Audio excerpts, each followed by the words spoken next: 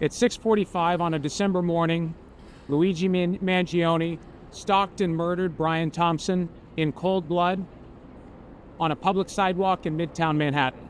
Harry and Meghan don't deserve the level of attention that they still receive from us. We watch because they're a train wreck, not because they're changing the world. A bombshell in federal court. Luigi Mangione admits to the brutal killing of UnitedHealthcare CEO Brian Thompson. We will catch you up on the very latest and take you inside the murder investigation. And Kinsey Schofield is here to break down everything happening with the royal family. And that's just the start. As you can tell, this is not your typical news show. We will give you the headlines, but we're going to dive deep into interesting issues and topics and bring in the panel to weigh in. We'll also have some hidden headlines and, hey, a few surprises. I'm going to start by catching you up on this. Flock safety cameras. They're AI-powered license plate readers that police departments and neighborhoods across the country use to automatically track and log passing vehicles. And my friends, in many places, it ain't going so well. The backlash against Flock is so great at this point that cities are now installing a new kind of AI surveillance camera made by this company called Axon, disguised in things like digital speed signs. Camera wars are exploding. Vigilantes are torching, sawing, and paint bombing Flock's license plate cameras in at least 23 states. Drivers are striking back too, dropping tailgates, taping cardboard over lenses, even tracking cameras with an app called DFlock. Now the backlash is spreading. The LAPD just let its Flock contract expire, joining dozens of cities cutting ties over spy fears. Flock's warning: destroying a camera can mean felony charges. But out on the streets, it appears the rebellion is just getting started. Now to some headlines. We call it the whip around. President Trump has issued an executive order that calls for American children to be immunized against 11 diseases rather than the 17 recommended by the CDC. It's unclear if the order has any legal power. After years of delays, ICE says its field officers nationwide will have body-worn cameras by the end of September, but they'll only release the footage if it's, quote, in their best interests. From ice to melting ice, July was the hottest month on record in the U.S. Average temp 76.9 degrees, more than 3 degrees higher than the 20th century mean. And former first-round NBA draft pick Enes Kanter Freedom has made good on his promise to declare for next year's WNBA draft. Our panel has plenty to say about this one just a little bit later in the program.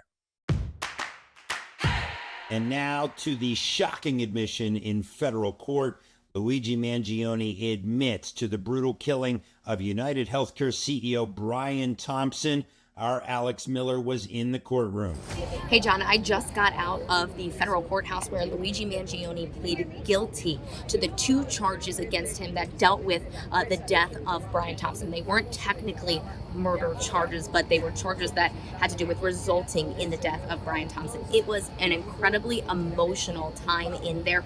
Just before the hearing began, there were 2 rows filled with Brian Thompson's family and his friends.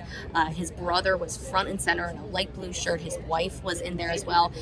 His mother, his wife, they were crying as Luigi Mangione walked into the courtroom. Mangione briefly looked at them and then looked away. His brother locked eyes with him.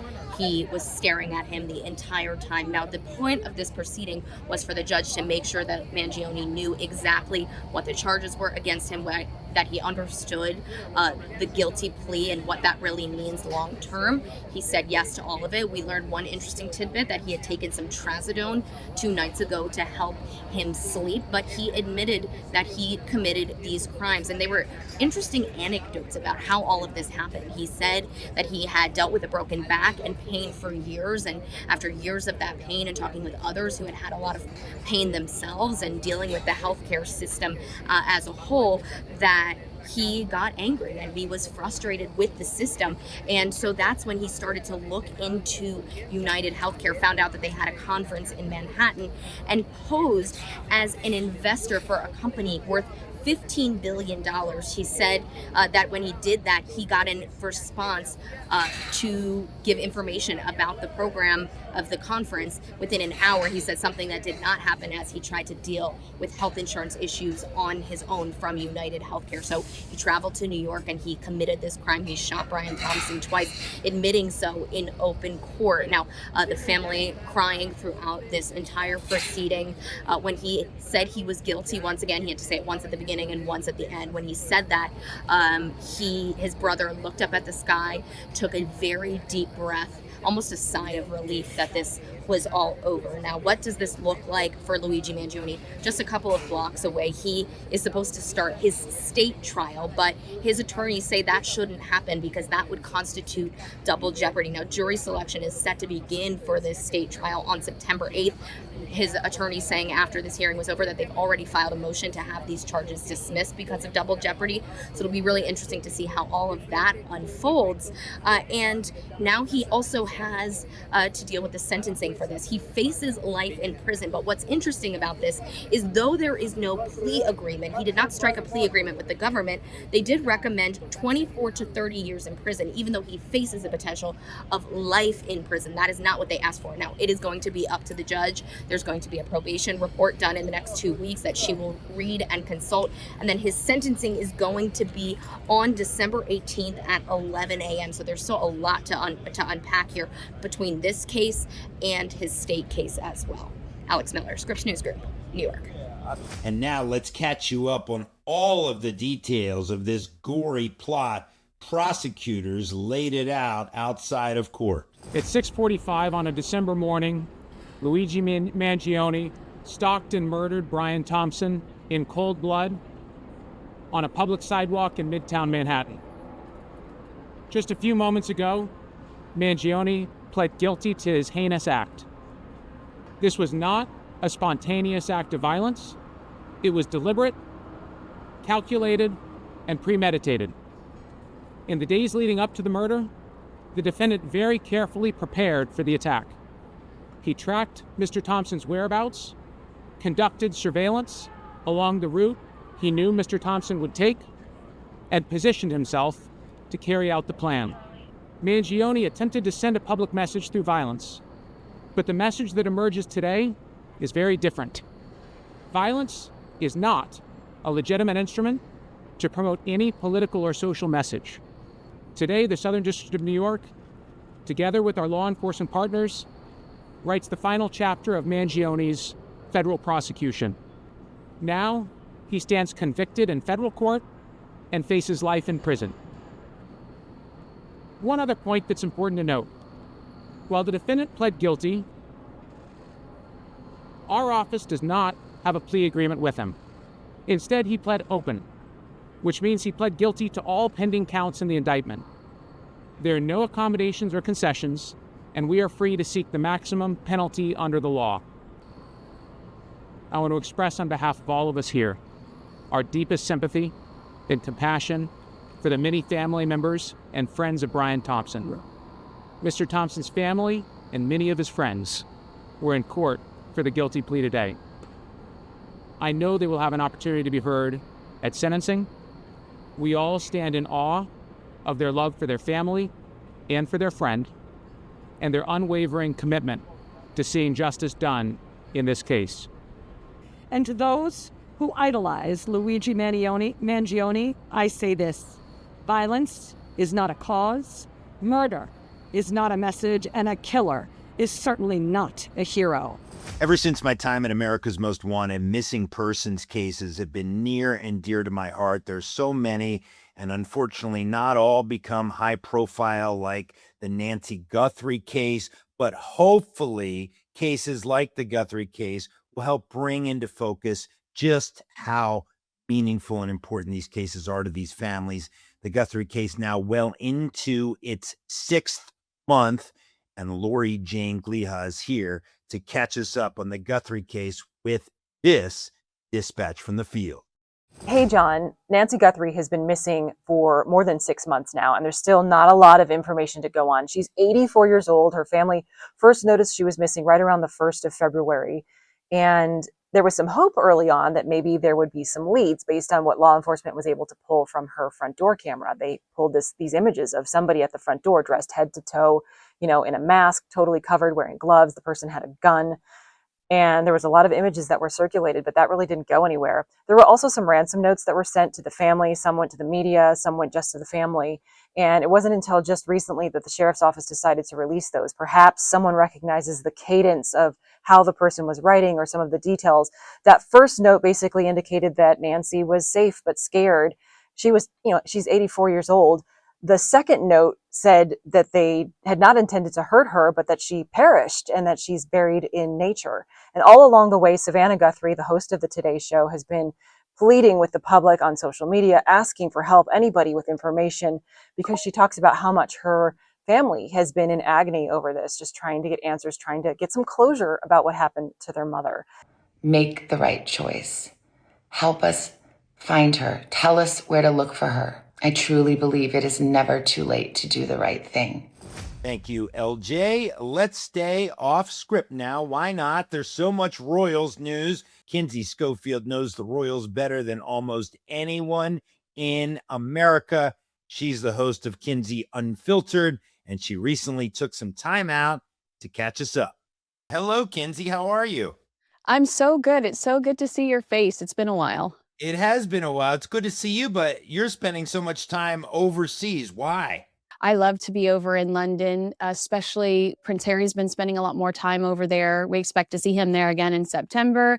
And being in LA, Harry and Meghan have really become my beat. So heading over there when he's over there makes a lot of sense for my audience. The word is that apparently Meghan came home from the July reunion at Highgrove feeling, quote, treated so badly and completely micromanaged. No cameras allowed. Harry's request for police protection denied again. Question is, does this trip actually move reconciliation forward, or did it just confirm to Meghan that there's no place for her in this family? I actually think it did move reconciliation forward, just not in the way Harry and Meghan would have hoped. King Charles extended an incredibly generous invitation. He welcomed Harry, Meghan, Archie, and Lily to his private home. And I think considering everything that's happened over the past 6 years, that was huge. But Buckingham Palace was also crystal clear that there would be boundaries, no cameras, no Netflix, no commercial opportunities, no blurring the lines between private family moments and public content that could be flipped for monetization. If Meghan felt micromanaged, I think she was experiencing the reality of rebuilding trust. Trust isn't restored overnight after Oprah, after Spare, after the Netflix series.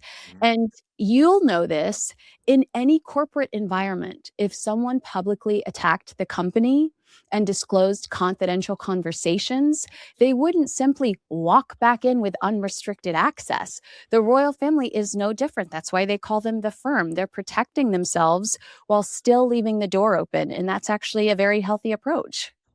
Yeah, that's a great point. So let me ask you this. A lot of our viewers will say, why should we care if Meghan is accepted back into the royal family? If we're being honest, that Harry and Meghan don't deserve the level of attention that they still receive from us. We watch because they're a train wreck, not because they're changing the world. When they left the royal family, they promised a life of service alongside financial independence. But 6 years later, where are the results? Spotify cuts ties with them. Bill Simmons famously calling them effing grifters. Netflix walked away from its partnership with As Ever and dramatically scaled back the Sussex's overall deal. Her Limonada podcast partnership appears to have fizzled before it became anything meaningful. For a couple that talked so much about purpose, the output just hasn't matched the rhetoric. They left one of the most influential platforms in the world where they had a built-in ability to shine the spotlight on charities and worthy causes. And they've struggled to replace that influence with anything of lasting significance. So why do we still pay attention? Not because they're inspiring. We watch because every few months there's another headline, another lawsuit, another family drama, another rebrand. It's become less of a success story and more of a case study in squandered opportunity. And I do think that the American public is still intrigued because they chose to relocate to California. They signed American media deals worth hundreds of millions of dollars. They gave their biggest interviews to Oprah, Netflix, and American publications like The Cut. And Meghan has positioned herself as an American entrepreneur and lifestyle brand. So this has become an American celebrity story as much as a British royal one. All right, before we let you go, let me ask you this. Harry told the BBC, quote, "I don't know how much longer my father has," referencing, of course, the king's ongoing cancer treatment. What are you hearing about the health and wellness of the king? Well, I've met with the king twice since October. He seemed happy and healthy. I think King Charles recognizes something every family eventually faces. Time is precious. He wants to know his grandchildren, and I don't think he wants history to remember him as somebody that didn't make any effort to reconnect with his son or grandchildren. He's in his 70s. You think about legacy in your 70s. That said, I don't think we should confuse kindness with complete reconciliation. When it comes to his health, he said around Christmas, I'm doing some experimental things that are actually really working in my favor. And I've heard that that's true, that he is healthier and is doing well, but he is still a man living with cancer and receiving regular experimental treatment. Nobody is in the know more than you on this stuff, Kinsey. Thank you so much for your time and for keeping us caught up. Appreciate it. Good to see you. Thank you. All right, let's go side by side with our esteemed panel. Simon and Steph are here. I want to start with this. Former NBA player Enes Kanter Freedom just declared himself a 2027 WNBA draft prospect, arguing that since the league's rules never actually define woman, he meets every requirement to play. Simon, is this exposing a real loophole or turning a serious fairness debate into a stunt? Well, I think it's pretty clear if you followed Kanter over the last several years that he's doing exactly what he wants to be. He's being provocative. This is a bit of a stunt. I think that's the top line. In addition, I do think that this is something that the WNBA is going to have to address. The commissioner already coming out and saying in a memo that this is something they're going to look into, because I was looking at their CBA, their collective bargaining agreement, and literally the first line in the eligibility section says that only players that are women are eligible to play. It does not define that. That, of course, opens up this idea that's a bit provocative, particularly on the right, which has become a bit of a meme of what is a woman. That feels like it's really aimed at undermining the idea of transgender. I think we can say that this is a stunt, and the WNBA also needs to address this, whether that looks like what International Tennis Women's Association does or the International Olympic Committee does in terms of tests that they've instituted, essentially testing for a Y chromosome to determine eligibility. One other point I think that's worthwhile to make is that if you looked at how often Republicans talk about this issue, you would think that every other athlete that's playing sports is transgender. They know it's a hot wire issue. The reality is you're more likely to get struck by lightning than you are to come across someone that is transgender playing sports, according to the NCAA, which says fewer than 10 athletes across 500,000 are, and the weather stat from the National Weather Service. Do I think Kanter is genuine? No, I think it's a stunt, but I think it's something that could lead to the WNBA changing its policy on this. Stephanie, your take. Yeah, so as not only a woman, but as a basketball mom, I am choosing not to take him seriously, but I am considering, let's just highlight the great things that are happening right now within the WNBA. Like last night, Kelsey Mitchell and Caitlin Clark made history with the fever. Olivia Miles is having a great season, and I think instead of paying attention to this publicity stunt, let's celebrate the great things that the W is doing right now. Good points. Let's move on. U.S. Representative known as AOC did two things back to back. First, she was on This Week on ABC saying that she hadn't ruled out running for president. And then on Instagram, I believe she announced she's freezing her eggs. Stephanie is broadcasting her fertility journey a genuinely brave move to normalize reproductive care for working women, or is she using her own body as a campaign prop? I think two things can be true at the same time. I think what she's navigating is what many of my friends are navigating right now, being ambitious women while also navigating a fertility journey. And so, yes, we do know that she has hopes of maybe running for president in a couple years. And I think that's great. But I also think it's great as an ambitious woman that she's choosing to not keep her fertility journey secret. All right. And Simon, I think I read that she split with her fiance, but I'm not totally sure. Yeah, women can certainly still have children without being in a partnership. So we'll see what that is means. I think she would, if she were to make a run for the White House, one of the usually that comes with partnership. I'm trying to think of the last one that wasn't married entering the White House, but a long way until 2028. Simon, quickly, biggest uncovered story of the week, in your opinion? Gonna go to Ann Arbor, Michigan for this one. The school announced they're replacing letter grades for some first semester freshmen, opting instead for pass-fail. Those grades, normal ABC grades, will still appear on the transcript, but in general, students can take in pass-fail. University says this is about letting freshmen transition more easily to that first semester, ease into it. They mentioned, the mental health aspect of this that we've seen from kids going to college. I wanted to have a flaming hot take on this and say that back in my day, we had to wake up early and go to class and get grades. I do think that, there is the perspective that this could help. Maybe it allows someone to explore a class that they wouldn't have otherwise have thought about doing. I think there's also the argument that, more students will slack off and sleep past classes and maybe spend more time on late night extracurriculars. Then go to class. Also, John, I should have said at the top of this, I do come into this story with a bit of bias as a Michigan grad. So I was going to point that out. At the end of the first semester, if Michigan's football team is looking poised for another championship, then I am all in favor of this policy. Otherwise, I will reserve judgment for now. Stephanie, I think it's soft. Yeah, I agree, because if we coddle them now, what's going to happen whenever they get their first performance reviews? And so I don't know, Simon, I'm going to have to go against you on this one. Simon, Stephanie, we'll agree on panel. Go Blue. Yeah. Great to see you both. We'll see you again next week. Thanks, John. Thanks, Sean.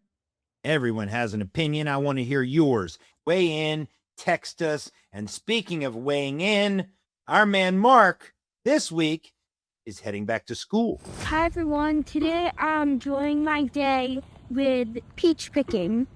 And all of the sun is reminding me of one thing that's coming up, going back to school. Just a reminder to parents that your kids go to school 8 hours a day, and coming from a kid, I'm usually stressed thinking about homework, so you should probably give your kids maybe an hour to rest and clear their mind and maybe have something to eat, so then they'll be a little more eager to do their homework an hour later. Well, I have to go now because I'm going to make some peach cobbler, so see you another day. Now to the hidden headlines, stories you may have missed with all of the other noise out there. Scientists are hoping to recreate the taste of Guinness as it was brewed in the 1860s after divers recovered a 162-year-old bottle from a shipwreck off the coast of England. KFC and Oreo are launching fried chicken flavored cookies in China. No comment. And I really wanted to end on a high note, but Americans owe more than $1 trillion in credit card debt, up 60% from just 5 years ago. Those are the new numbers. I just had to report. I hope we've done our part to catch you up. I'm Jon Leiberman.